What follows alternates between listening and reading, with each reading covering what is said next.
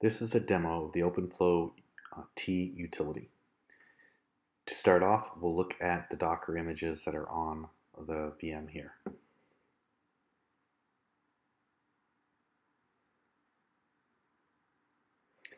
As you can see, I have various images such as free radius servers, Open Daylight controller, as well as the ONS controller, as well as a Docker image for the OFT utility.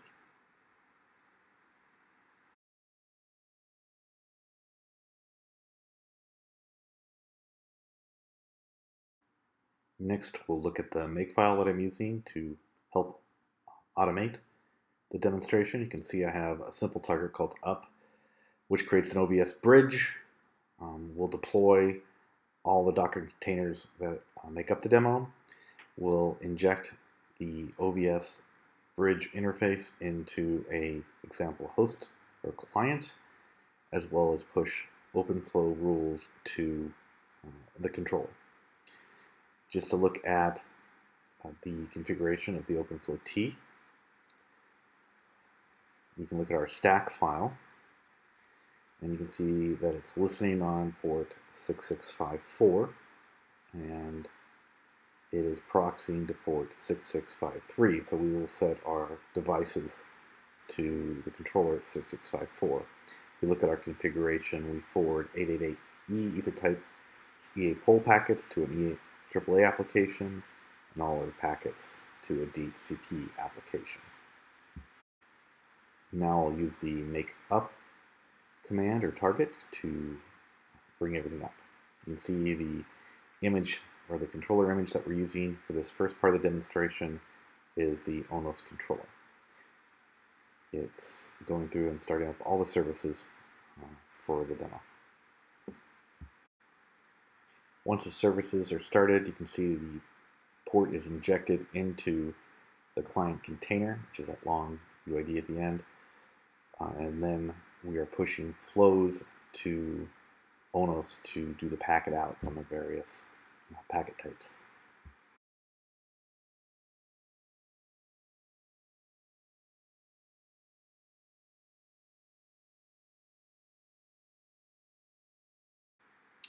If we go over to this other terminal, we can SSH into the OpenFlow controller, and we'll do that just to see what devices are on that controller.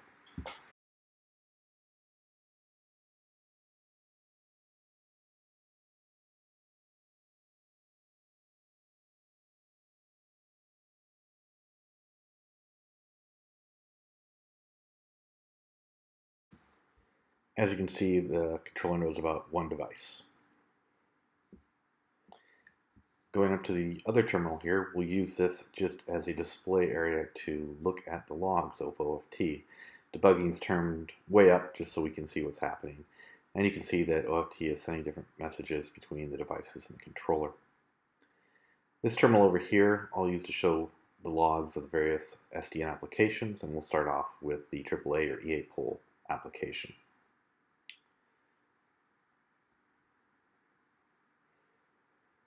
Coming back to the main control, I'm going to execute another make target, WPA, and just to show you what it does is do the -n first. And as you can see, all it does is a Docker exec into the client container and executes WPA supplicant. And I'll zoom out here a little bit so we can see all the logs at one time, and I'll just execute the target WPA and get some output down there and logs and everything else. So let's examine the logs a little bit. I'm going to stop the logs just so they don't continue scrolling up. And as you can see, I did get a success.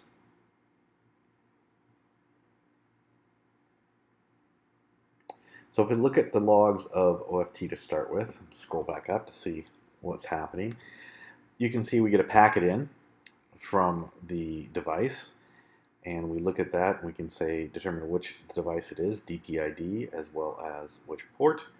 We then compare it against our SDN applications that match, and for those that match, we queue it out towards the application. Looking at the AAA or EA poll application, you can see it receives a packet over HTTP, It then breaks it down and gets the DPID as well as the port, processes that packet, and then emits out back to the client a packet out for an EA pool identity, posting that back to OFT again via HTTP. OFT receives that request for packet out and writes it out to the device. And thus we go back and forth a while until we actually get a successful login. Now we're going to do the same thing with the DHCP application, which is a DHCP L3 relay. And we'll start the log for that relay. There's another makefile target, DHCP, which again does a exec into the client and does a DH client for it.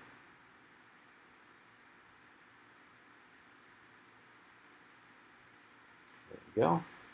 And we have a DHCP sequence.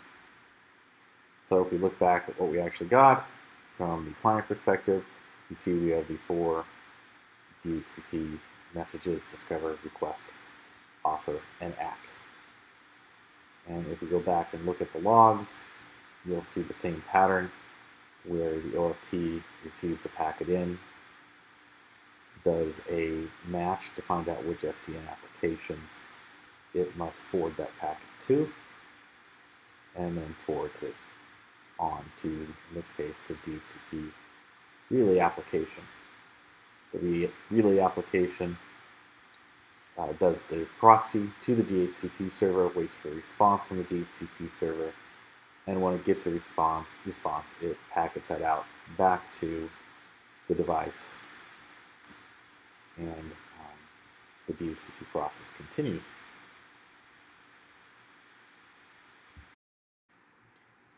Now we're going to go back to our control window, and we're going to tear down this demonstration in preparation for getting the same demo up and running with a different controller, in this case the Oxygen release of Open Daylight. So we do a make down, which removes everything, and let's just verify that all our services are gone and all our stacks are gone as well. Now we can start the demo over again with the Open Daylight controller. To do that, we essentially use an environmental variable that helps configure the stack file, in this case ODL-oxygen, and then just do a make up. And that'll go through the same process that we did with the ONS controller, except now you can see we're using a different controller.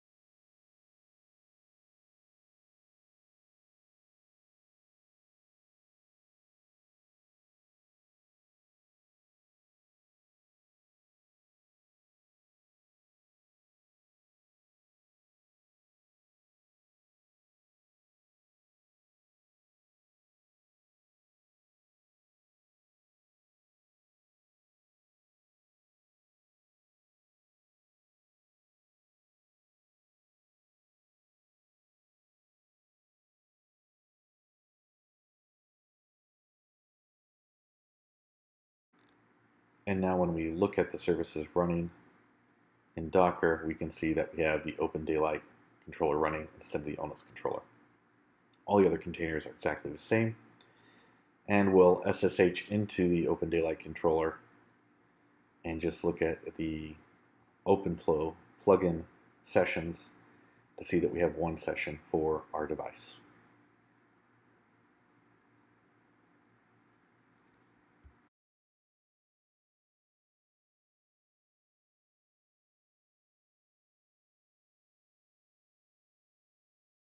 Zoom back out to see all the log files, start the OFT log again, as well as start the EA Pool or AAA app log, and then we will execute the same makefile target for the authentication test, make WPA. We'll watch that run to completion. You see we have a success. And if we go back and look at the logs,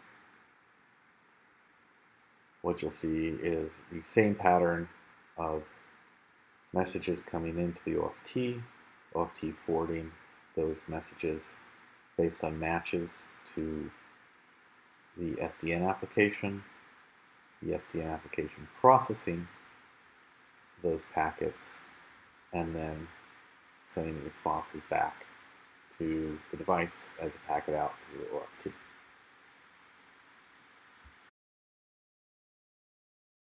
Now we'll restart the logs for OFT as well as for the DHCP L3 relay, and then we'll do the DHCP test using the make DHCP target.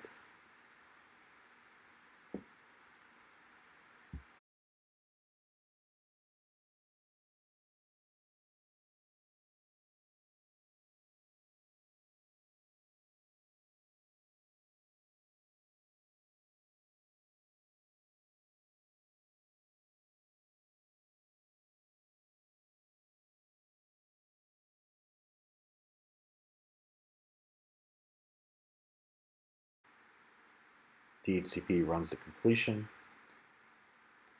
and you can see that we have the standard 4 messages for a DHCP sequence. And again, in the logs, you'll see the same pattern of message into OFT, into the application, and back. And just to re-verify, you can see we did this with the Open Daylight controller. Now we're going to try something a little different. We're going to scale the controller down. Essentially, we're going to stop the Open Daylight controller. All the other containers will continue to run, the SDN applications, OFT, they're not being affected. So what we're going to do now, and you can see it's scaling down from 1 to 0. What we're going to do now is redeploy all the containers with one change. We're going to use the Open Daylight container. Now when you do this deploy command, which turns into a stack deploy, it's only actually going to restart one container, and that would be the controller container. And because we haven't specified and we're using the default, it will restart it as the Open Daylight container. I'm sorry, as the ONS container. And as that's spinning up, we will start our log for OFT as well as start our log for the EA poll application.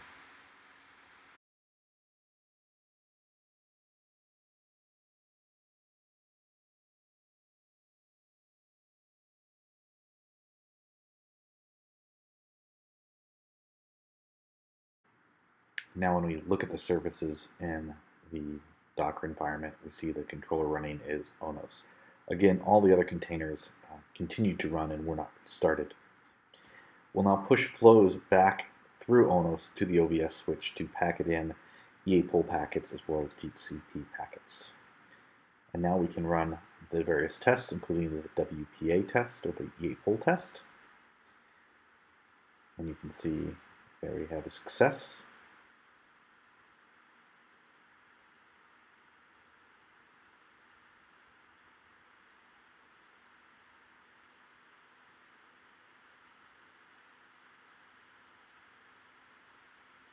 And we can run the DHCP test and see its success as well, noting that this time all we see is the request and ACK because we did not restart the client or the DHCP server. So what we saw is really a switch of controllers live with everything else still continuing to run. Not something you practically do in a real-world deployment, but something that's interesting and fun to do.